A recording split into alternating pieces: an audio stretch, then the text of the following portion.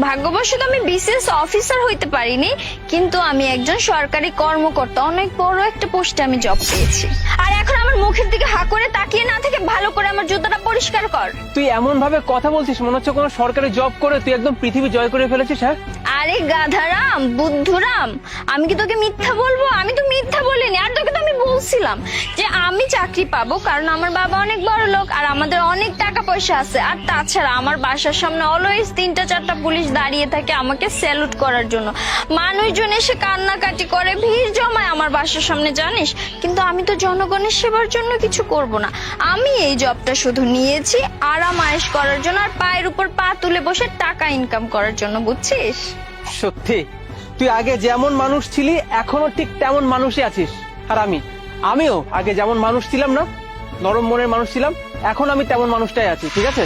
আচ্ছা ইমোশন না, আমি না সিদ্ধান্ত নিয়ে নিয়েছি জানিস তো, যে ভবিষ্যতে আমি হয় বিসিএস অফিসার হব আর না হলে কোনো সরকারি অফিসার হব। সাজিদ, তোর কি মাথায় সমস্যা আছে? আরে তোর বাবা চালায় অটো আর তুই একটা অটোওয়ালার ছেলে। আঙ্কেল অটো চালায় কত কষ্ট করে তোকে কোন রকম পড়াশোনা করাচ্ছে, আর তুই কিনা চিন্তা করতেছিস তুই বিসিএস ক্যাডার হবি, নাহলে সরকারি কোনো কর্মকর্তা।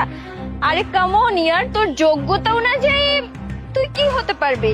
বেশি হলে কোনো বাসার ড্রাইভার, কোনো বাসার গাড়ির ড্রাইভার, এর বেশি কিছু চিন্তা করিস না। কি ব্যাপার ইমু, তুই আমাকে অপমান করে কথা কেন বলছিস? আমি তো তোকে অপমান করার কোনো অধিকার দেই নাই, তাই না? আরে তুই কেন অপমান ভাবে নিচ্ছিস? আমি তো তোকে অপমান করে কোনো কথা বলতেছি না। আর তাছাড়া একজন অটোওয়ালার ছেলে আর কতটুকুই বা হতে পারবে। শোন, বিসিএস ক্যাডার হলে না আমি হইতে পারবো, কারণ আমার বাবা অনেক বড় লোক। আর বড় লোকদের জন্য এইসব স্বপ্ন, তোদের জন্য না। তুই না এইসব চিন্তা ভাবনা করিস না, বুঝছিস? আর তুই তো জানিস আমি কিছুদিন পরে বিসিএস এর এক্সাম দেবো, আর আমি জানি আমি বিসিএস এ পাশ করে ফেলবো। আর আমি যখন বিসিএস এ পাশ করবো, সারাটা জীবন পায়ের উপর পা দিয়ে খালি আলাম করবো আর টাকা গুনি। শোন সাজিদ, আমি যে কথাটা দিছিলাম আমি ওই কথাটা রাখছি। ইভেন আমি জবও পেয়েছি অনেক বড় একটা পোস্টে। কিন্তু তুই দেখ, তোর নিজের মধ্যে কোনো চেঞ্জ দেয়। আগেও যেমন একটা বস্তি ছিলি, এখনো বস্তিই আছিস। আমার জুতা তো অনেক আগেই পরিষ্কার করা হয়ে গেছে, কিন্তু তোর মনটা তো এখনো নোংরাই আছে। আমার মনে হচ্ছে আমার জুতা পরিষ্কার করা থেকে তোর মনটাকে পরিষ্কার করা জরুরি। যাই হোক, সেটা আমাকে দিয়ে সম্ভব না। আমি এখন যাচ্ছি, আমার কাজ আছে। আরে ওয়েট, দাঁড়া না। জানি তো এখন গিয়ে কি করবি, গিয়ে এখন মানুষের জুতাই পরিষ্কার করবি। তো এত তাড়া কেন? আমার জুতাটা পরিষ্কার করে দিয়ে যা। তুই এতক্ষণ ধরে আমাকে অনেকগুলো কথাই শোনালি, কিন্তু তুই কিন্তু একটাবার আমার কাছে জানতে চাসনি যে আমি বর্তমানে কি করছি। আমি জুতা পরিষ্কার করছিলাম, সেটা দেখে তুই ভেবে নিয়েছিস আমি এখনো আগের মতোই গরিব আছি না।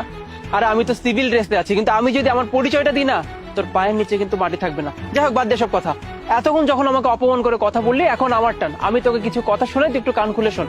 তাই শোন, আমি হচ্ছি বিসিএস অফিসার। তোকে আমি একদিন বলেছিলাম না আমি বিসিএস অফিসার হবো। আজকে আমি বিসিএস অফিসারে তোর সামনে দাঁড়িয়ে আছি।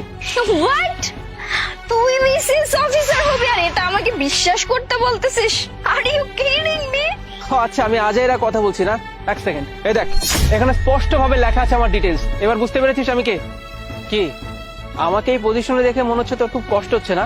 মানে আমার এই পজিশনটা তুই হয়তো মেনে নিতে পারছিস না, কিন্তু এখন এসব কথা বলে লাভ কি? আর তুই কিছুক্ষণ আগে কি যেন বললি, তুই সরকারি জব করছিস শুধুমাত্র আরামায়েশ করার জন্য। তোর মধ্যে তো ন্যূনতম কোনো কমন সেন্স নেই। তুই জবটাকে তো ভালোই বাসিস না, দায়িত্ববোধ বলতে কোনো কিছুই নেই তোর মধ্যে।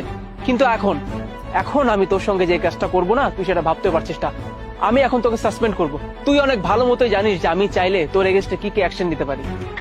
না না সাজিদ, প্লিজ তুই এই কাজটা করিস না, প্লিজ। আমি এই থাক, এখন সব নেকা কান্না করে কোনো লাভ নেই।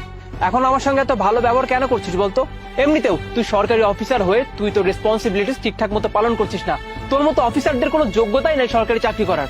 আর আমি যতদিন আমার দায়িত্বে আছে, আমি তোদের মতো অফিসারকে এদেশে রাখতে চাই না।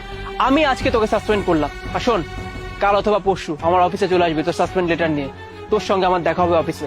আর আমি চাইলে তোর এগেইনস্টে আরো ভয়াবহ অ্যাকশন নিতে পারতাম, কিন্তু আমি সেটা নিচ্ছি না, কারণ একটা সময় তুই আমার ক্লাসমেট ছিলি। আশা করছি বুঝতে পারছিস। ভালো থাকবি।